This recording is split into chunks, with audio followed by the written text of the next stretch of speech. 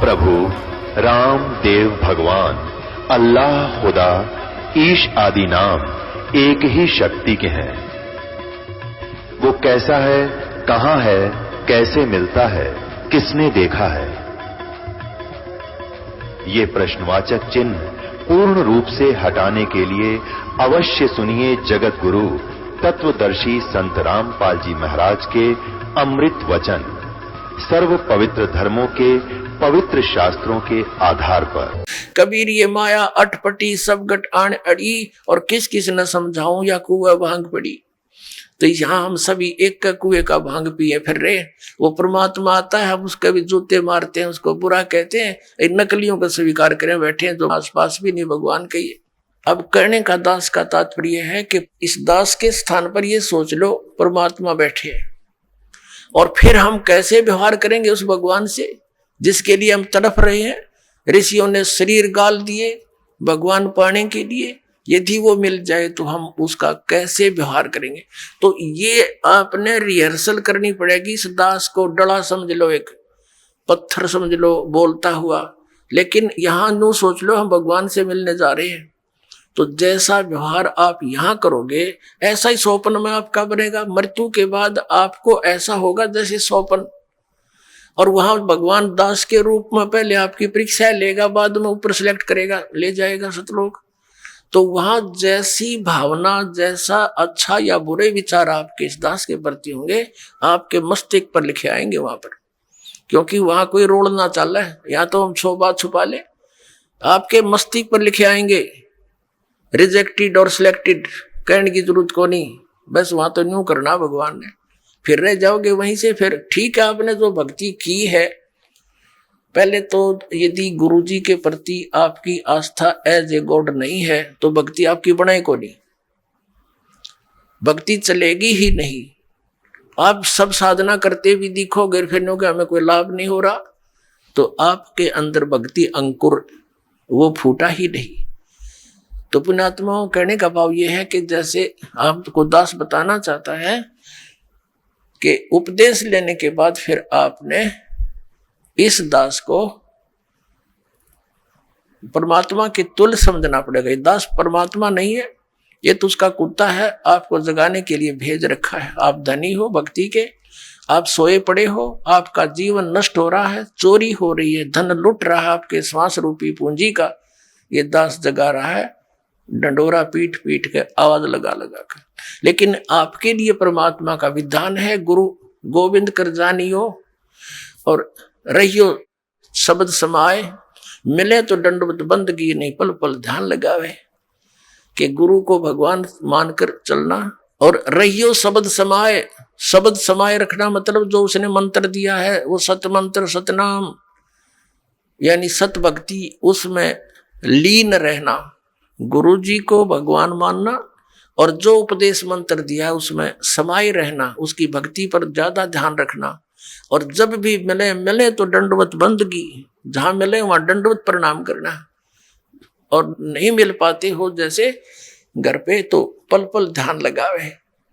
यानी परमात्मा के गुणों को अपने गुरु जी के ऊपर लक्षित करें, और फिर आपका भाव बनेगा, एक प्यार जागेगा इस दास के प्रति जैसा इस काल के प्रति जाग्या था, और वही कसक आपकी इस दास के प्रति होगी, तभी हम वहां चलेंगे। जिस कसक के साथ हम वहां डटे नहीं डटे, तो ऐसा ही भाव। अब हम कैसे भावित होते हैं, जैसे एक हीरो या हीरोइन नकली बात बना के, एक तो उसने पढ़ा हुआ है फिर वो बोल रहा है, उसके एक दो डायलॉग पर हम आसक्त हो जाते हैं, वो हो बड़ा क्या बात कही, बड़ा सुंदर बोला, और यहाँ दास ने ऐसा पिटारा खोल दिया इन बोलों का, वचनों का। तो इस आधार से भी आपने प्रभावित होना चाहिए। जब आपकी आत्मा निर्मल हो जाएगी, कमाल कर दिया गुरु जी ने, तो ऐसे निर्णय करके ज्ञान दे दिया, तो हमने ऐसे प्रभावित होना है और आसक्त होना है उस परम पिता पर इस दास के माध्यम से। ये रिहर्सल आपकी फिर ऊपर जाके काम आवेगी जो आप यहाँ करोगे। अब हम उसी प्रसंग पर आते हैं कि वहां परमात्मा ने कहा कि आप जाइए, मैं इन बच्चों को, इन आत्माओं को तेरे पास भेज दूंगा, पर अपने सिस्टम से भेज दूंगा। अब उस परमेश्वर ने हम सभी को सूक्ष्म रूप बना दिया। और पुण्यात्माओं, ये पौराणिक कथा हम सुनते पढ़ते हैं, वो झूठ नहीं है, लेकिन वो कहाँ तक है, वो किस स्तर की है, वो अलग बात है। तो उसमें बताया था कि एक राजा की लड़की विवाह के योग्य होगी, वो ब्रह्मा के लोक में चला गया ब्रह्मा जी से संयोग पूछण खातिर। वहां उसको कथा चल रही थी, वो सुनने लग गया। यहाँ कहते हैं तीसरा युग आ गया, द्वापर युग आ गया तीसरा। तो उसने पूछा, जी मैं तो लड़की का संयोग पूछने आया था, योग्य वर कहाँ मिलेगा, कोई विधि बताओ हमारे को। तब ब्रह्मा जी ने कहा कि जहां से तू आया वहां तो अब तीसरा युग आ चुका है, द्वापर आ गया है। और सतयुग से आए हुए वो इतने लंबे लंबे थे, यानी 100 फुट ऊंची हाइट थी इन मनुष्यों की। सतयुग में 100 फुट से भी ऊपर 150 फुट हाइट के थे।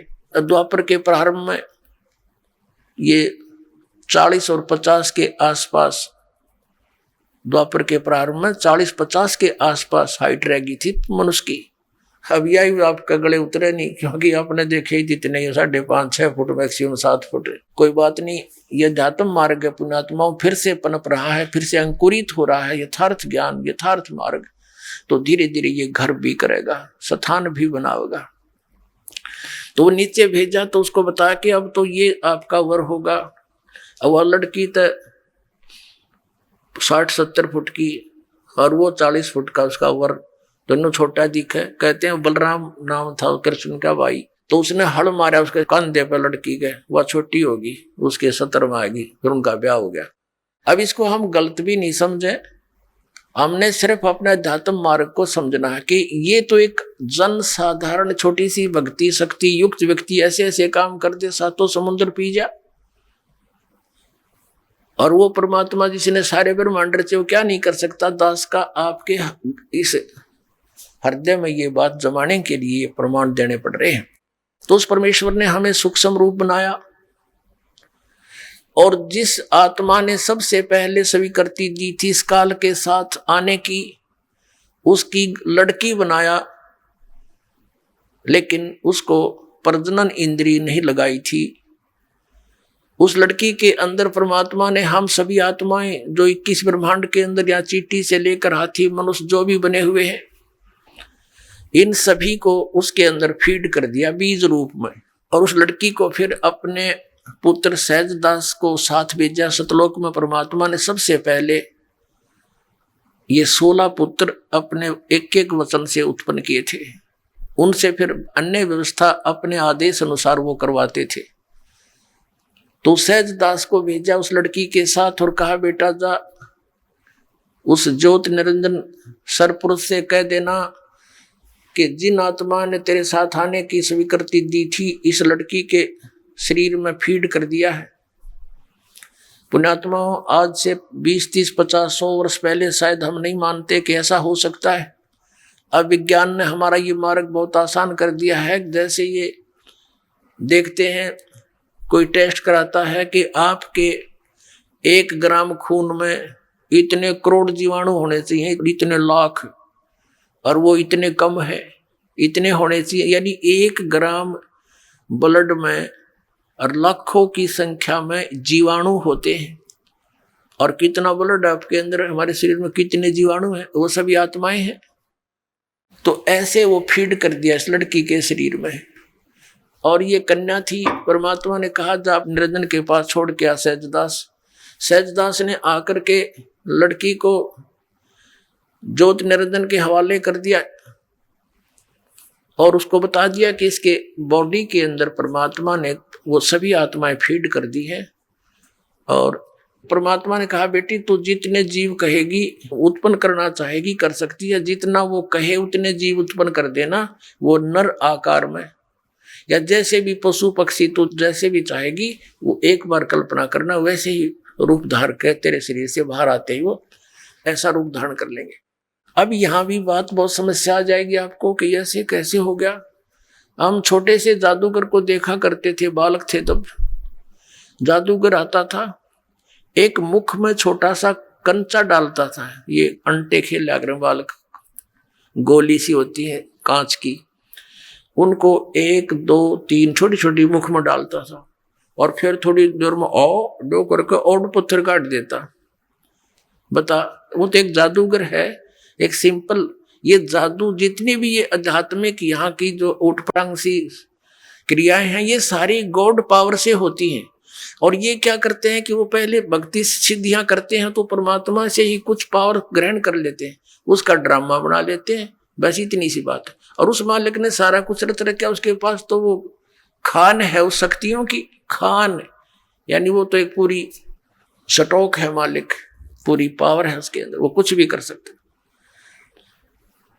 और कहा कि बेटी तू जितने भी जीव वो कहे तो उत्पन्न कर देना।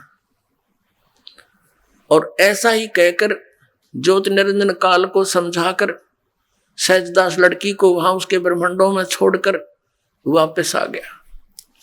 अब युवा होने के कारण लड़की का रंग रूप निखरा हुआ था। परमात्मा ने यह परीक्षा लेनी चाहिए थी कि ये यहाँ रहने योग्य भी है कि नहीं। ये ज्योति निरंजन इसने यहाँ पहले तो ये फंड किया, एक पैर पे खड़ा होकर बकवाद शुरू की, या रहा नहीं गया इसके ऊपर, क्योंकि ये 3 जने, एक अचिंत, एक ये अक्षर पुरुष और ये सर पुरुष, ये तीनों अचिंत के लोक में परमात्मा ने रहने को कह दिया था। इस द्वीप में रहो तुम एक गर्भ में, और बाकी सभी हम आत्माएं उत्पन्न कर दी थी, सबको अलग अलग व्यवस्था कर दी थी। तो इसके अंदर ये खुरापात उत्पन्न हुआ कि हम 3 जने तो एक स्थान पे, बाकी सब अलग अलग, मैं भी अलग से राज्य प्राप्त करूं। तो इसने तपस्या करके ये स्थान प्राप्त किए 21 ब्रह्मांड। तो वहां जब इसने देखा कि लड़की का रंग रूप देख करके ये एकदम इसके अंदर विषय वासना जागेगी, रजोगुण से प्रभावित होकर इसने लड़की के साथ दुराचार करने की सोची। उसी गतिविधि इसने प्रारंभ की उसके साथ। तो लड़की ने कहा कि ज्योति निरंजन कुछ शर्म कर, देख पहले तेरी उत्पत्ति करी परमात्मा ने, हमसे पहले तेरा जन्म हुआ उन्हीं के वचन से, और फिर उन्हीं के वचन से हम उत्पन्न हुए हैं, और मेरी उत्पत्ति भी उसी से हुई है, हम बहन और भाई हैं। ऐसा जुल्म ना करे तू। पर ये इतना अंधा हो गया काम वासना में, ये हद से ज्यादा बढ़ गया और बदमाशी करने के लिए मुंह खोला, आलिंगनबद्ध करना चाहा। लड़की भी उसी बाप की बेटी है, सूक्ष्म रूप बनाया, इसके मुंह के माध्यम से पेट में शरण ले ली और वहां से पुकार की, पिताजी मेरी रक्षा करो, मेरी रक्षा करो। अब परमात्मा को पता था कि अब हो गए लड्डू मिलने शुरू, इनको इसके साथ जाना चाहते थे, नकम्मे के साथ। वहाँ सारी सुविधाएं थी, भरा पूरा सारा सुख था, वो छोड़कर हम इसके साथ आ गए। अब परमात्मा ने कहा कि जा जोगजीत, 16 पुत्र हैं, उन्हीं से वो काम लेते हैं। जा जोगजीत, वैसे तो स्वयं ही अपने पुत्र जोगजीत के रूप में वहां आए थे और कहा था कि सुन, अब परमात्मा चला जा तो उसका कलेजा फट जा, कलेजा हिल जाए उसका, मर जाओ, बेहोश हो जाओ, उठे को नहीं कई कई वर्षों तक। तो इसलिए अन्य अपने पुत्र का रूप बनाकर, जोगजीत का रूप बनाकर परमात्मा उसके लोक में प्रकट हुए और कहा ज्योति निरंजन तूने जुल्म कर दिया, तूने यहाँ का विधान तोड़ दिया, और ऐसे जुल्म करने वाले व्यक्ति को यहाँ पर यह सजा मिलती है कि आज से तू 1 लाख मानुष शरीरधारी प्राणियों का आहार करेगा और 1.25 लाख की उत्पत्ति किया करेगा। लड़की को उसके पेट से निकाल दिया और दोनों को वहां से कह दिया कि तुम निकल जाओ यहाँ से, 21 ब्रह्मांड लेकर ज्योति निरंजन चला जा तुम यहाँ से। और लड़की ने भी कहा कि पिताजी मुझसे गलती होगी कि तू चली जा यहाँ से। अब परमात्मा को पता था कि ये अब ऊपरले मनते गलती मानने आ जाते फिर बात बिगाड़ेगी, तो हम सभी को वहां से निकाल दिया, क्योंकि सेब खराब हो जाती है, सेब विक्रेता उस इतनी अच्छी वस्तु और कीमती को भी नहीं रख सकता। लेकिन यहाँ ये फॉर एग्जाम्पल है। अब परमात्मा का उद्देश्य क्या था कि ये वहां जाएंगे तो इनके साथ क्या बिरानमाटी होगी, ये पता ही था, पहले भी आगाह किया था भगवान ने हमारे को, लेकिन हम मानने नहीं, हम इतने आसक्त हो गए थे। तो 21 ब्रह्मांड वहां से चल पड़े, जैसे विमान चलता है 16 शंख कोश की दूरी पर सतलोक से आकर ये यहाँ पर चक्कर काटने लगे परमात्मा के आदेश अनुसार। अपने आत्माओं दास एक जूनियर इंजीनियर सिविल की सर्विस किया करता था, और वहां एक सरकारी कार्य चल रहा था कंस्ट्रक्शन का। वहां एक बहन भी मजदूरी करने आई हुई थी, और उसके 2 बच्चे थे। एक तो वृक्ष के कपड़े में बांध कर लटका रखा था, वो जैसे झूला सा बना देते हैं, एक नीचे वो खेल रहा था, और वो रो रही थी। हमने पूछा, बहन क्यों रो रही है तू, क्या बात है? तो बहुत बुरी तरह सबक रही थी। तो उनके गांव से एक और था, उसने बताया जी ये ऐसे ऐसे।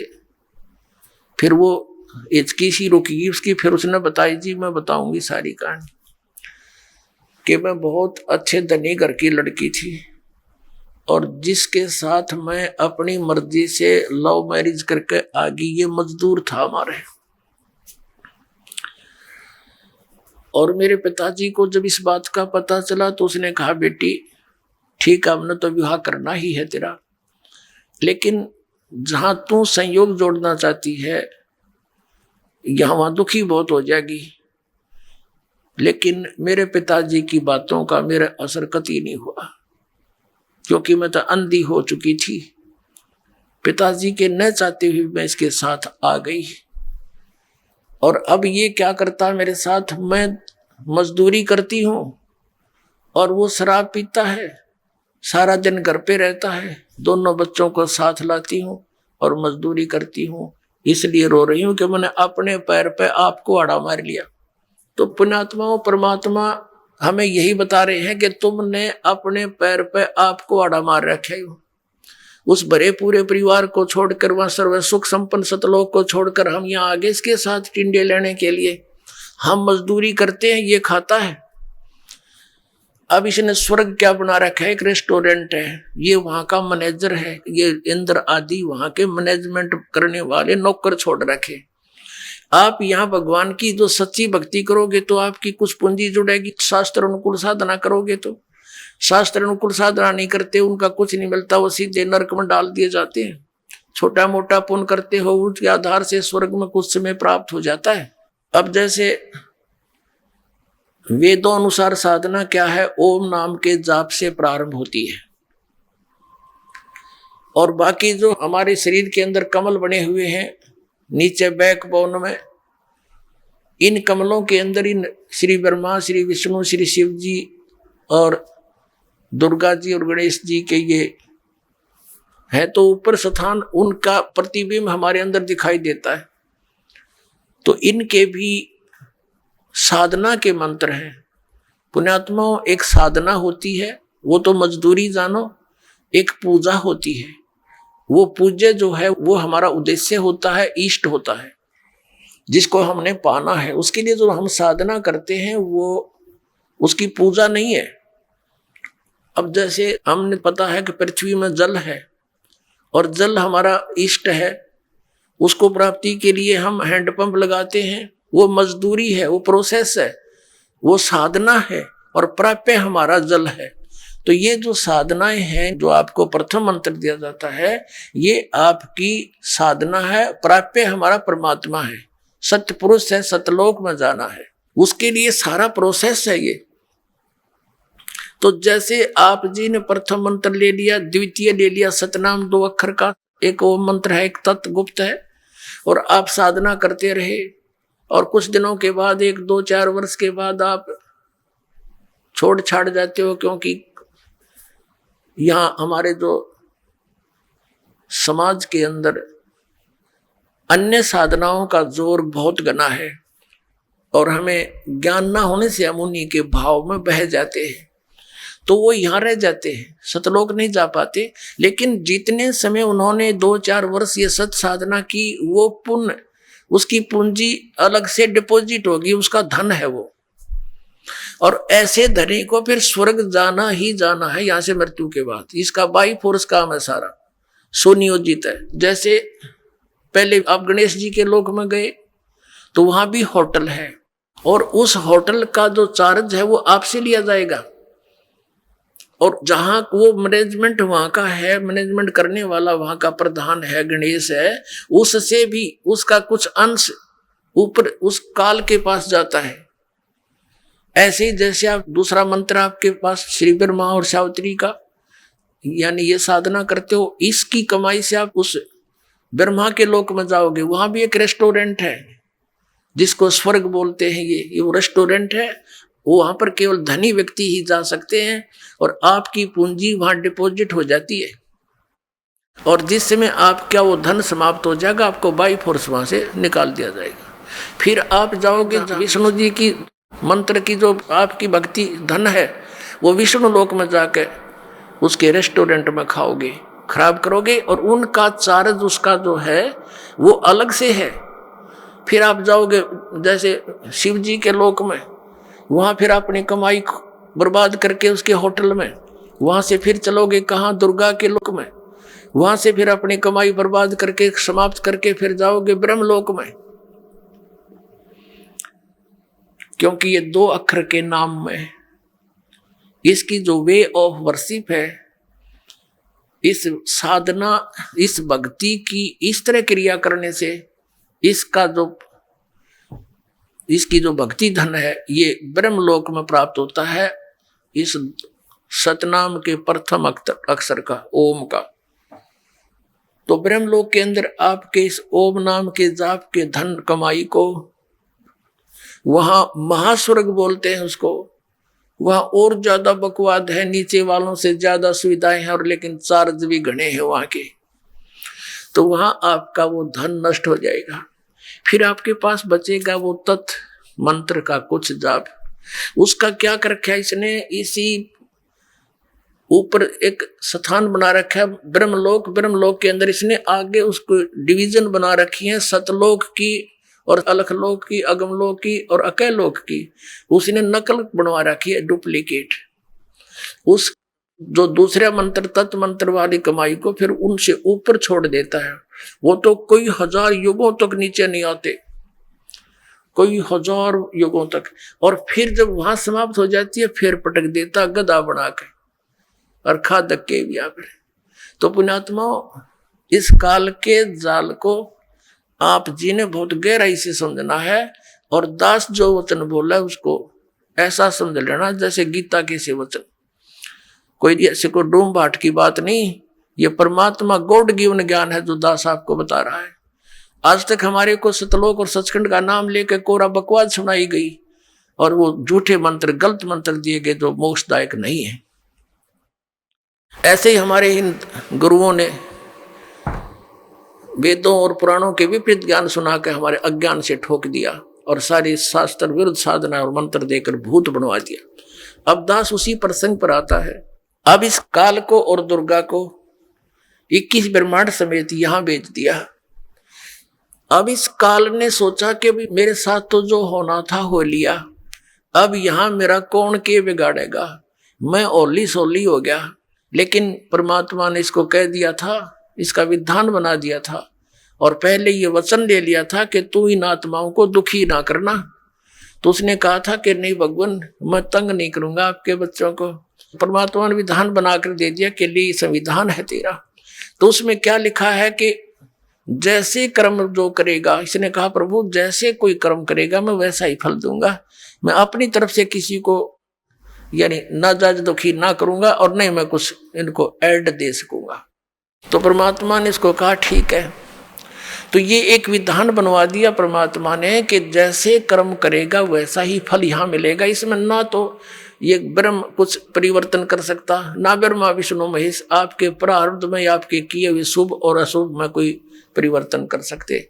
केवल परम अक्षर ब्रह्म ही सतपुरुष आकर के आपके इन प्रारब्ध के कर्मों को भी नाश कर सकता है, आपके जीवन में आने वाली आपदाओं को भी वो समाप्त कर सकता है। वो मंत्र विधि बताएगा, बताता है। वो कैसे आता है उसके ऊपर ही आज का सत्संग है। अपने आत्माओं, इसने फिर क्या किया, उस लड़की के साथ फिर वही व्यवहार किया। लड़की ने कहा कि देख ज्योति निरंजन, पहले तो तू मेरा बड़ा भाई, मैं तेरी छोटी बहन, अब मैं तेरे पेट से निकल कर आई हूं, तेरी बेटी होगी, पुत्री होगी तेरी, लेकिन पिता और पुत्री का ये योग जो तू करने जा रहा है अच्छा नहीं। लेकिन इसने एक नहीं सुनी, बाई फोर्स लड़की के प्रजनन इंद्रिय लगाई। कहते परमात्मा ने बताया है, नख रेखा से भग कर लेना, नाखनों के साथ इसने प्रजनन इंद्रिय लगाई और फिर विलास किया। दुर्गा के साथ रमण करके इसने 3 पुत्रों की उत्पत्ति की। इस काल भगवान ने अपने एक ब्रह्मांड के ऊपरले हिस्से में एक गुप्त स्थान बना रखा है। वहां पर 3 स्थान बना रखे हैं, एक रजोगुण प्रधान क्षेत्र, एक सतोगुण प्रधान क्षेत्र, एक तमोगुण प्रधान क्षेत्र। अब जैसे किसी मकान में 3 कक्ष हो, एक कक्ष के अंदर लगे हैं अश्लील चित्र, तो वहां जाते ही मन में उथल पुथल बकवाद आने शुरू हो जाती हैं ऑटोमेटिकली, और जब तक वहां रहता है उसके अंदर वही विचार घर किए रहते हैं।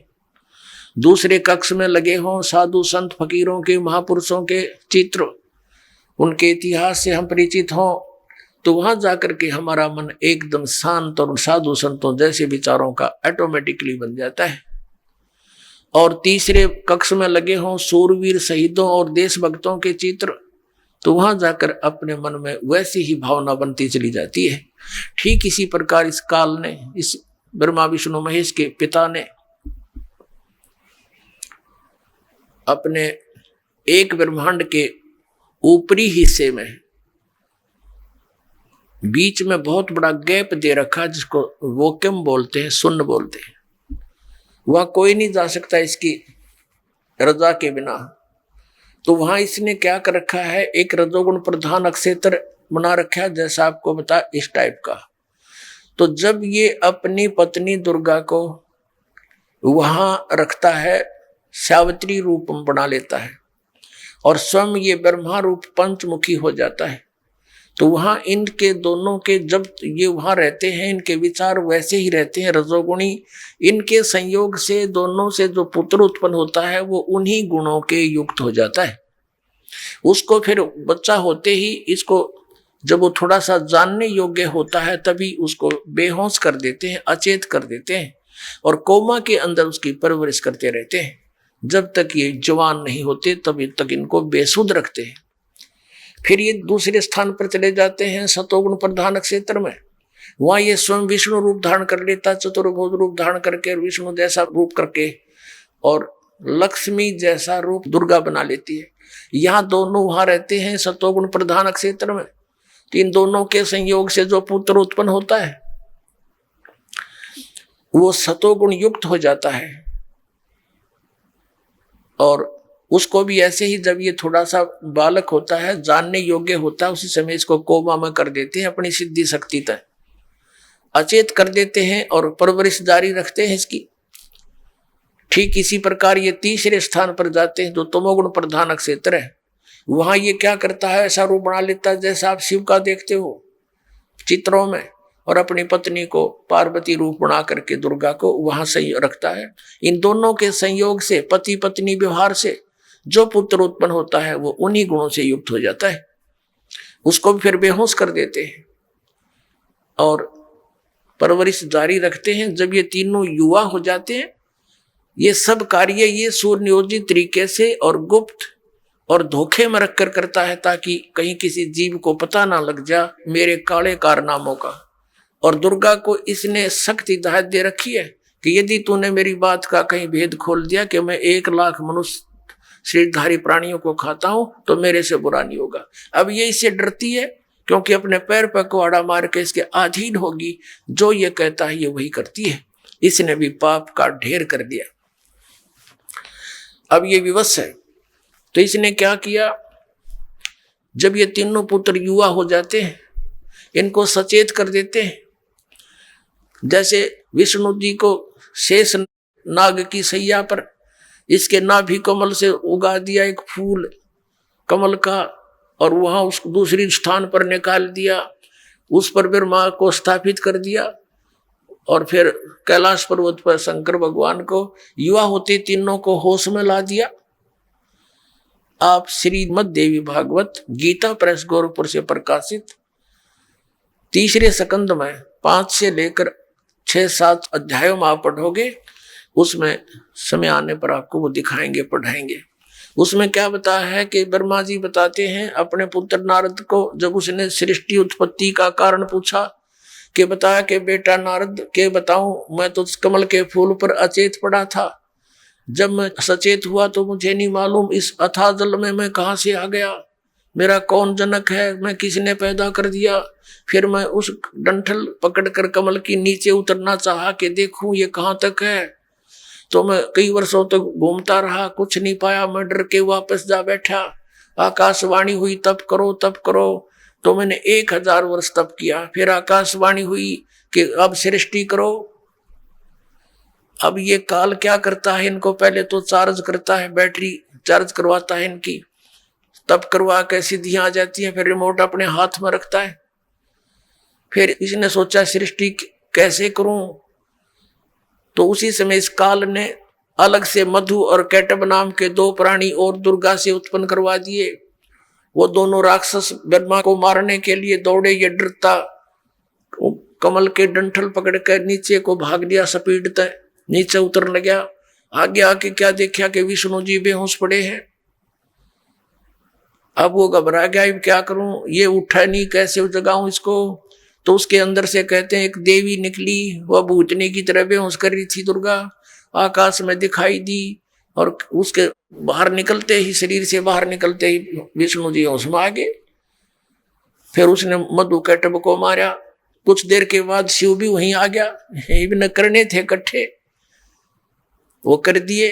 और फिर उनको विमान में बैठा कर ऊपर घुमाया फिराया। ऊपर क्या देखा कि एक ब्रह्मा और देखा। विमान में बैठे हुए विष्णु और शंकर ने, ब्रह्मा जी कहते हैं, मुझसे पूछा कि चतुरानन ये दूसरा ब्रह्मा कौन है। मुझे तो पता नहीं ये कौन है। इतने में हमारा विमान दूसरे स्थान पर चला गया। वहां क्या देखा, एक त्रिनेत्रधारी शिव और निकला, नंदी वृषभ पर बैठा था। उसको देखकर शिव हमारे साथ बैठा था, काल का पुत्र शिव, उसका सिर चक्कर खा गया कि और शिव कौन है। फिर हम गए तीसरे स्थान पर, वहां एक और विष्णु बैठा था। ऊपर एक उसके साथ लक्ष्मी भी बैठी थी, बड़ा वैभवशाली उसका मकान था, बड़े सुविधाएं उपलब्ध थी। अब उसको देखकर विष्णु का चक्कर आ गया कि ये दूसरा विष्णु कौन है। विमान में बैठे बैठे दिखा रही है दुर्गा। उस काल ने कहा था कि जब तुम्हारे भ्रम हो जा, क्या स्थिति है तुम्हारी, इनसे परिचित करा दें, तुमसे ऊपर कोई और भी है। फिर वो विमान पहुंच गया दुर्गा के स्थान पर। ये दुर्गा आगे जाकर बैठ गई एक पलंग के ऊपर। तो वहां इन्होंने कहा था, देखा जब सारा के विष्णु ने कहा कि ओहो मुझे कुछ याद आता है, मैं जब छोटा सा बालक था ये मुझे पालने में झुला रही थी, ये अपनी माता है, मैं अपने अंगूठों को मुख में देकर चूस रहा था, ये अपनी माता है। तो उसने क्या बताया कि फिर उनकी स्तुति की, तुम शुद्ध स्वरूपा हो, हम तो आपके ही प्रभाव से वर्तमान हैं, हम अनित्य हैं, हमारा आविर्भाव मन जन्म, हमारा और तिरोभाव मन मृत्यु होती है, आप ही सर्वेश्वरी हो, आप ही नित्य हो, प्रकृति वैसे। तो कहने का भाव ये है पुण्यात्मा, ऐसे इस काल की सृष्टि प्रारंभ हुई और उसके बाद ये सब संसार उत्पन्न हुआ। जब प्रथम सतयुग का आधा जा चुका था, उस समय देखा कि हाहाकार मच गया। तपस्या के ऊपर नीचे तो शांत नजर आता था, लेकिन सतयुग के प्रारंभ से मध्य के बाद में कुछ अंतर हो जाता है। तो तब परमात्मा आए थे, तपस्या पर खड़े हुए। अब ये बैकग्राउंड बनाई है पुण्यात्माओं, ये बताने के लिए कि ये मजहब और धर्म अब क्यों बने, ये पहले क्यों ना बने। और ये नकली पंथ इतने चाल गए सतलोक करके, ये पहले कहाँ गए थे। ये काल का सुनियोजित जाल है हमें डिवाइड करने का। हमारे को एक दूसरे के साथ लड़ाई रखने का, अपनी अपनी साधना और अपने इष्ट को सर्वश्रेष्ठ मानकर हम एक दूसरे से खसते रहते हैं, अशांति पैदा करे रखते हैं। घर घर में आप देख लो ये कैसे जुल्म करवाता है, कैसी इसने व्यवस्था करवा रखी है। 2 रोटी बनानी और खानी है, उसी में सारा दिन अटपट रहती है। तो ये चाहता है इनको जितना दुखी कर सकूं उतना कर दूं, और परमात्मा चाहता है मेरे बच्चों को जितना सुखी कर सकूं यहाँ भी कर दूं, लेकिन ये सुख सफल नहीं है। फिर भी यहाँ का जो सुख है वो परमात्मा कबीर जी ही दे सकता है। आपको सद्बुद्धि देगा, आपके हृदय में आकर इतनी दृढ़ता देगा, एक दूसरे को सहनशील बनाएगा और धीरे धीरे आपको शांति पैदा कर देगा। पूरे विश्व में ये शांति होगी, इस मार्ग को स्वीकार करना पड़ेगा।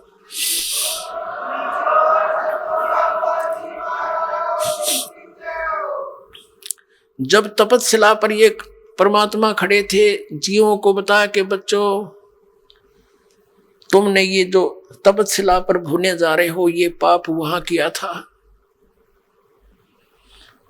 तब सभी ने पता लग गया, क्योंकि वहां ना कोई माँ साथ थी ना बेटा साथ था। यदि कोई साथ था तो वहीं दुख पा रहा था। तो सबकी आंखें वहां खुल जाती हैं, सारी बात सच्ची नजर आती है। या तो हम झूठे सुख की भांग पिए पड़े हैं, या तो अटपट हम कर लेते हैं, लेकिन जब आपदा जरा से भी आ जाएगी ना फिर हम सब मान लेते हैं। तो मालिक ने वो वहां उचित स्थान समझा उनको ज्ञान सुनाने का। तो सभी ने कहा भगवान हमसे गलती होगी। परमात्मा ने कहा कि आचार्य जी खड़ा होइए। वो गुरु जी था। आप क्या गुण गाया करते थे? विष्णु और भगवान शंकर पूर्ण परमात्मा है। तुम कहते थे भगवान निराकार है, वो परम ब्रह्म निराकार है। तुम परम ब्रह्म से परिचित नहीं, तुम काल को परम ब्रह्म मान रहे हो। ये सरपुरुष को, ये तुम्हारा शत्रु है, तुम्हें खा रहा है। ये निराकार नहीं है, ये अव्यक्त है। अव्यक्त माने प्रोक्ष है, गुप्त है। ये खुद कहता 7वें अध्याय के गीता जी में 24 और 25 श्लोक में कि मैं अपनी योग माया से छुपा रहता हूं, मैं किसी के समक्ष नहीं आता। ये मेरा अव्यम अनुतम विधान है, अटल घटिया विधान है कि मैं कभी किसी के समक्ष नहीं आता। जैसे सूर्य के बीच में बादल आ जाते हैं, लेकिन सूर्य अव्यक्त हो गया, निराकार नहीं है, ऐसा समझो। तो परमात्मा ने कहा कि अभी दिखाता हूं तुम्हारा वो अव्यक्त। ये सब खेल परमात्मा कर रहे थे। अब उस ज्योति निरंजन ने सोचा अपने टाइम अनुसार के वो जीव जा चुके होंगे, इतने समय में उनकी पूरी वह सब्जी सी पक लेती है। और वो आकर क्या देखा, काल ने क्या देखा कि ये और कौन आ खड़ा हुआ यहाँ पर। उसका ध्यान तो परमात्मा में हो गया, और वो परमात्मा ने कहा उन जीवों को कि देखो भाई, वो है तुम्हारा भगवान जिसको तुम निराकार बताते हो, कि वो फिर शिव और विष्णु रूप में साकार है, वैसे वो निराकार है। ये यहाँ भी साकार है। ये देखो उसकी शकल, ओछा माथा, लंबे दांत, और ये विराट रूप बना सकता है, क्योंकि ये 1000 कला का भगवान है। और जिनको तुम परमात्मा मानते हो विष्णु और शंकर को, वो 16 कला के भगवान है। और मैं जो है असंख्य कला का भगवान हूं, असंख्य कला का। अब सब जीवों ने देखा उसकी शकल तो डर लग गया, काल की शकल ऐसी। तो उन्होंने कहा भगवान हमसे भूल होगी, हमको माफ कर दो दाता, हमें ले चलो वापस, हम फिर गलती नहीं करेंगे। परमात्मा कहते हैं थोड़ा सा सुख होते तुम भूल जाते हो, अब आपत्ति में मुझे याद कर रहे हो। जरा सा सुख होते तुम फिर कभी याद नहीं करते।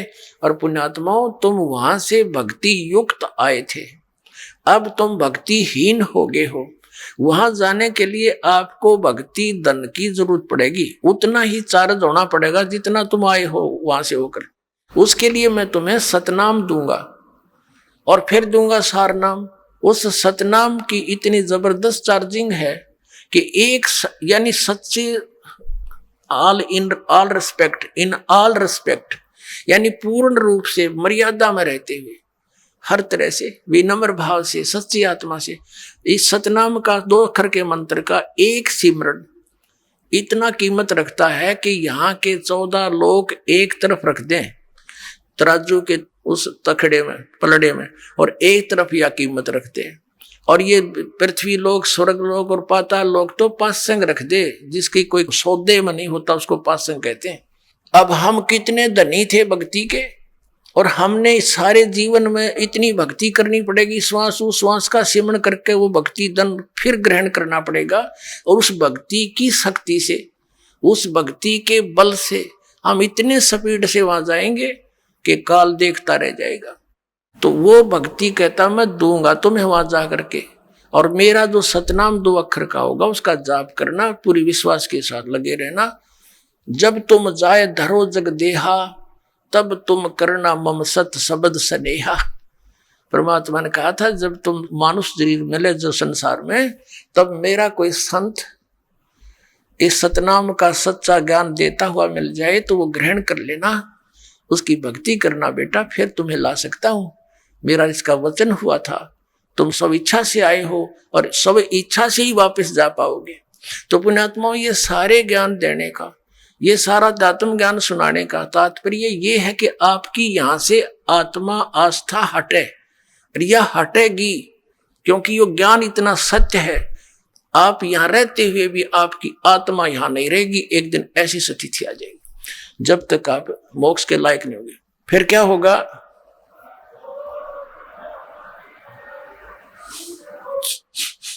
अब कहा परमात्मा ने कि तुम जाओ, अब यहां से उठो, अब मेरी रिस्की होएगी। वो तो उठ गए एकदम, परमात्मा की शक्ति से रुके थे ना, उससे पहले जा लेते तो वहां से क्या होता, वो प्राणी वहां से उड़ जाते हैं।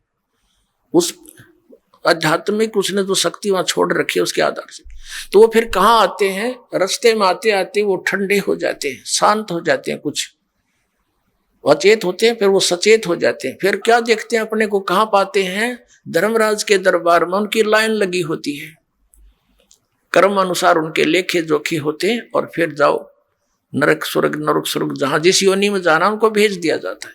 और वो तपस्या पर दुख न्यारा पाया, वो रुंगे में है। तो कहने का भाव ये है पुण्यात्माओं, वो काल आ गया, काल ने देखा कि ये जोगजीत कैसे आ गया मेरे लोक में, इसने मुझे वहां से निकाला था, मैंने इससे प्रार्थना भी की थी, इसने मुझे वहां रहने नहीं दिया था, अब ये मेरे लोक में कैसे आ गया? अब उसने सोचा ला पहले इसकी देही तोड़ दूं। काल ने सोचा जोगजीत ने कुट्टू पहले मुझे बाहर निकाल दिया, अपनी गलती ना देखता उसने के जुल्म किया। यहाँ ऐसी व्यवस्था है, इंसान दूसरे का दोष देखता, अपने को तो नहीं झांकता, ऐसा स्वभाव हमारा। फिर इसने सोचा कि कहीं कोई पिताजी का आदेश लेकर ना आया हो, तेरे ऊपर और आपत्ति आ जा।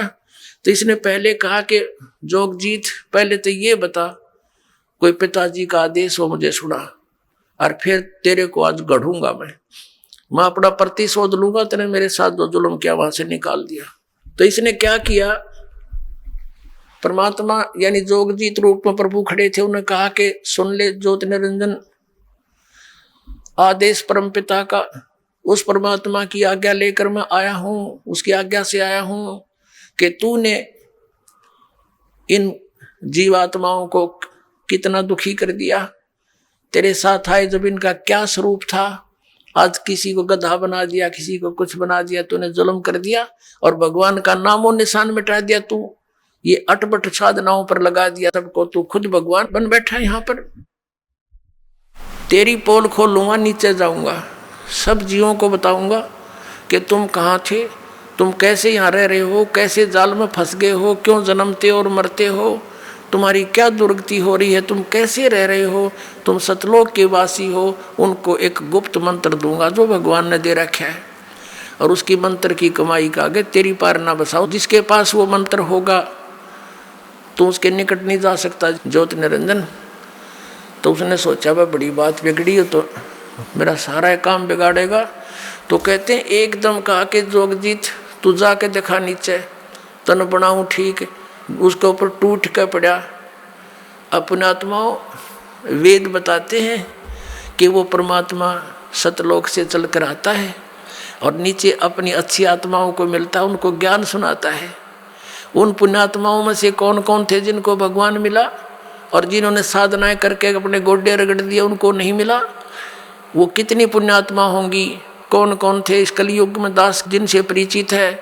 आदरणीय धर्मदास साहिब जी, आदरणीय मलुकदास साहिब जी, आदरणीय नानक साहिब जी, आदरणीय दादू साहिब जी, आदरणीय गरीबदास साहिब जी गांव छुड़ानी जिला झज्जर हरियाणा वाले, आदरणीय घीसा दास साहिब जी गांव खेखड़ा जिला मेरठ उत्तर प्रदेश वाले।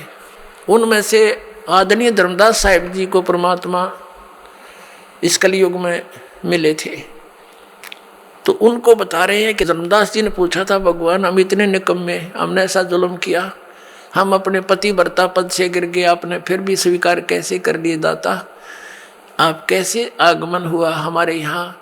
तो परमात्मा ने बताया, भाई ऐसे ऐसे तुम्हारा दुख देखा जब मैंने, तब यहाँ आया। तो सारी कहानी धर्मदास जी को बता रहे कि धर्मदास जब वो मेरे ऊपर ऐसे मुझे मारने को झपटा तो मैंने सतनाम का सुमरण शुरू कर दिया। पुण्यात्मा परमात्मा हमें सतर्क करते हैं कि तुम्हारे ऊपर कोई भी ऐसी आपत्ति आवे तो सतनाम का जाप शुरू कर दियो। अब उस समय ये रिहर्सल होगी आपकी कि कहीं कोई आपत्ति आवे जात्मिक या वैसी, तो आप यदि नो याद करोगे हाय माँ मर गया तो भगवान नहीं सुनेगा, फिर आपका अभ्यास कच्चा है। तो उस समय आपने सतनाम के सिमरण करना है, तो 2 अक्षर का। ये एक हिंट भी दे रहे हैं, बाकी वैसे तो उसकी क्या हिम्मत थी भगवान के निकट आ जा, पर हमें ये मंत्र का सहारा रहेगा, इसलिए वो उदाहरण दिया। कहा कि परमात्मा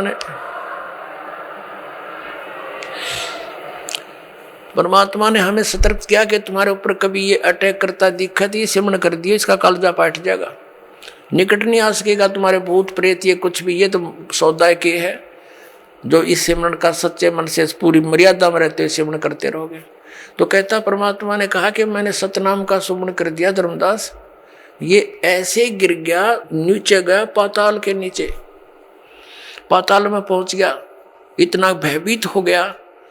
फिर इसको वहां से मैं साथ जाकर ऊपर ला के आ जा, यहाँ तेरी बेइज्जती नहीं करता, ऊपर बात करूंगा तेरे थे। इसके उसी लोक में मैं ले गया, ये ऐसे पड़ा नीचे जैसे पक्षी की पंख कट जावे और पड़ा पड़ा तड़पता है, कोई पार नहीं बसावे, ऐसे कर रहा है और कह रहा है मुझे गलती होगी, बड़ा भाई है मैं, छोटा भाई तेरा, छोटे तो गलती करा करते हैं, बड़े माफ किया करते हैं, मुझे क्षमा कर दो। धर्मदास मेरे पैर पकड़ दिए इस काल न आकर के, माफ कर दो, मैं तेरा छोटा भाई, मैं तो आपको पिता के समान समझता हूँ। तब मैंने इसको कहा ठीक है, माफ कर दिया। फिर इसने मेरे से क्या कहा कि हे भगवान, यहाँ कुछ वस्तु ऐसी हैं जो मुझे अभाव है, आप वो मुझे दान में दे दो, दान में। परमात्मा ने कहा था कि बोल क्या मांगेगा, कैसे नहीं, वचनबद्ध हो जाओ। तो परमात्मा ने कहा कि ठीक है, मैं वचनबद्ध हो गया। तब इसने कहा था कि 3 युगों में जीव कम ले जाना, सतयुग त्रेता द्वापर में, और चौथा युग जब कलयुग आवे तब तब शरण जीव बहुत जावे, ऐसा वचन हर मोय दीजे, तब तुम गमन संसार ही कीजे। इसने कहा था भगवान 3 युगों में जीव कम ले जाना, चौथे युग में जब कलयुग आवे तो कितने जीव ले जाना है, ये मुझे वरदान दे दो। परमात्मा ने कहा तथास्तु, कह दिया भाई ठीक है। अब आपके यह शंका उत्पन्न होगी, भगवान ने क्या पता नहीं था ये ऐसा कुछ कर देगा, तो फिर इसने सारा पता था परमात्मा ने। पुणात्माओं, जब तक हम भगवान की इस कथा में दोष देखना बंद कर देंगे तब हम इस मार्ग पर चल पड़े। ये सोच लो, ये कथा निर्दोष है, सत्य है, हम बाल हैं, बच्चे हैं, नहीं समझ में आ जाएगी कई बार सुनने और समझने से। जब इसने झपट्टा मारा और परमात्मा ने अपना सिमरण शुरू किया तो इसकी पार नहीं बसाई, ये इतना घबरा गया, वहां से इतनी स्पीड से भाग गया, पाताल में जा गिरा। और वहां से भगवान लाए, इसने पकड़ के चल ऊपरे चल, वहीं तेरी खबर लूंगा। एक भगत बता रहा था, ने बोला जी हमारे गांव में एक जोटा था भैंसा, और वो इतना अंडी पाक रहा था, उस गांव में तो उसने कोई दूसरा जोटा छोड़ा ही नहीं था, और आसपास के गांव में भी कोई उसने इधर आ जाता खेतों में तो उसकी इतनी दूर तक उसको मारने के लिए दौड़ता था। एक बार हमारा तालाब खुदवा रखा था, जोड़ गांव का तालाब खुदवा रखा था, गहरे गड्ढे कर देते हैं कि वर्षा होगी तो जल घना स्टॉक हो जाएगा इस उद्देश्य से। और वो नहर से भरवा रखा था, सरकार से प्रार्थना करके फुल करवा रखा था। तो उसमें क्या हुआ कि ये हाथी वाले आते हैं गांव में, दाने कुछ मांगन मुंगन आते हैं, हाथी वाले आ रहे थे। उनने हाथी, दोपहर का समय था, हाथी छोड़ दिया जल में कि यू मस्ती मार लेगा थोड़ी देर। वो हाथी उन तालाब के अंदर गहरे गहरे गड्ढे बनवा रखे थे, खोद रखा था, उनमें सारा डूब गया। थोड़ा सा शर दिखे और एक थोड़ी सी दूरी पर वो सूंड ऊपर कर इतना दिखे। वो जोटा आ गया, वो भैंसा स्नान करने के लिए, पानी पीने के लिए। अब उसने देखा कि दूसरा भैंसा कैसे आ गया मेरी जोडेक्शन में, इसकी हिम्मत कैसे पड़ गई। उसने हाथी का सिर दिखा था, उसने सोचा यो भी कोई जोटा है, भैंसा है, तो उसकी तरफ चला नो खा के पानी में, जल में, अगदो से भी इसको मार डालूंगा। अब हाथी ने देखा कि इसने आ लड़ते निकट सी, वो हाथी खड़ा हो गया, वो सारा बाहर निकला, वो जोटे ने देखा, उसका कलजा पाट गया, इतना स्पीड तो भाग गया, नो क्या था नो मुंह बा लिया। और हमारी 3 किलोमीटर सीमा है गांव की, उससे पार जाकर उसने पीछे मुड़ कर देखा।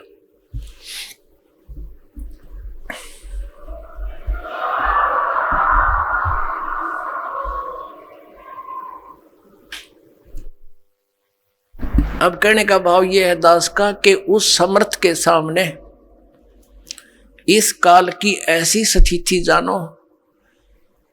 अब तक तो ये हमारे ऊपर बहुत प्रभाव जमाई बैठा था, जब इस परमात्मा का ये सच्चा ज्ञान अपने आत्मा, अभी तक तो हमने कबीर जुलाहा दिखा था और वो हाथी का सिर दिखा था।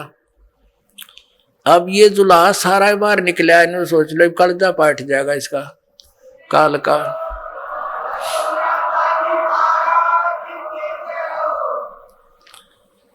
अब ये परमात्मा कति प्रत्यक्ष हो गया आपके सामने, ये अज्ञान रूपी जोटा ही भाग जाएगा यहां से। और ज्ञान सब ज्ञानड़ी, कबीर ज्ञान सो ज्ञान, जैसे गोला तोब का भाई करता चल मैदान। ये तोब का गोला, ये तत्व ज्ञान मालिक का दिया जो दास सुना रहा आपको।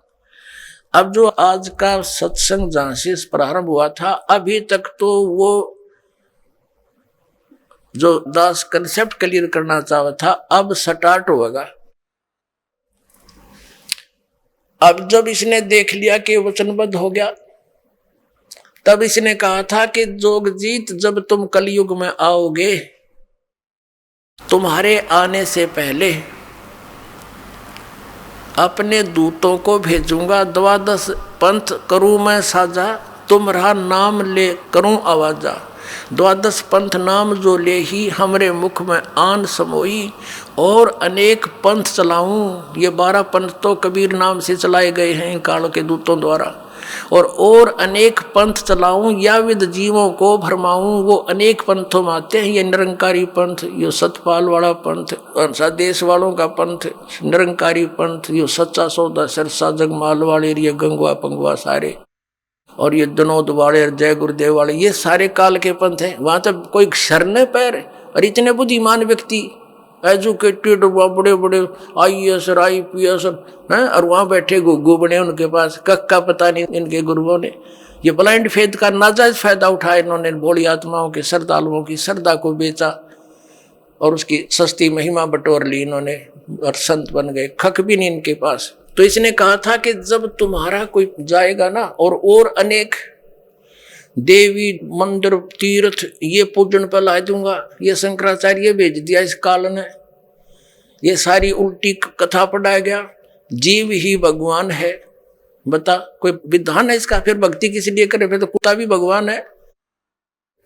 और फिर क्या कहते हैं, तीर्थ बनवा दिए। बोले एक बार हिमालय में जा रहे थे ये पांडव, तपस्या कर रहे थे, वहां भगवान आ गया भैंस रूप में, और भीम ने भागकर सोचा लिया पकड़ लूं इसको, भैंस अच्छा दूध पीऊंगा, दूध वाली दिखा है। तो कहते भगवान समान लाग गया धरती में और पिछला हिस्सा भीम ने पकड़ दिया, ताकतवर था वहीं रोक दिया भगवान। बताओ किसा भगवान था जो भीम तो रोक गया। और फिर कहते हो पिछला हिस्सा जो है ना बैक पृष्ठ भाग तो वहीं पत्थर का बन गया, बाकी निकल गया, प्रवेश कर गया। अगर भाग नेपाल में जा निकला, वहां पर पशुपति का मंदिर बना दिया और वहां पर वो केदारनाथ बना दिए। अरे भले आदमियों, कहते फिर वो पिछला हिस्सा पत्थर बन गया ना भैंस का, वो पांडुआ ने पूजा, फिर वो टट्टी पेशाब का पोर्शन पांडु पूजन ला दिए। तेरा गजब भैया।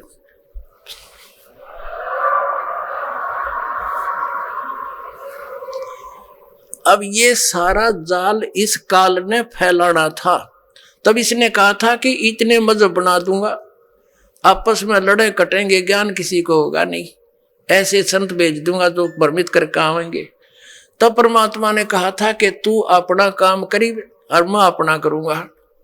मालिक को पता था कि अपने दास को उसमें भेजूंगा जब ये सब धर्म और पंथ और मजहब कति मैच्योर हो चुके होंगे, इन्होंने जो ज्ञान कहना सुनना है कह चुके होंगे, इनकी किताबें बन चुकी होगी। फिर मेरा दास जाएगा और उनको सबको तत्व ज्ञान के तोल कर रख देगा, सत्य और असत का निर्णय करके सब मेरे बच्चों को मेरी शरण में लाओगा। बोलो सतगुरुदेव।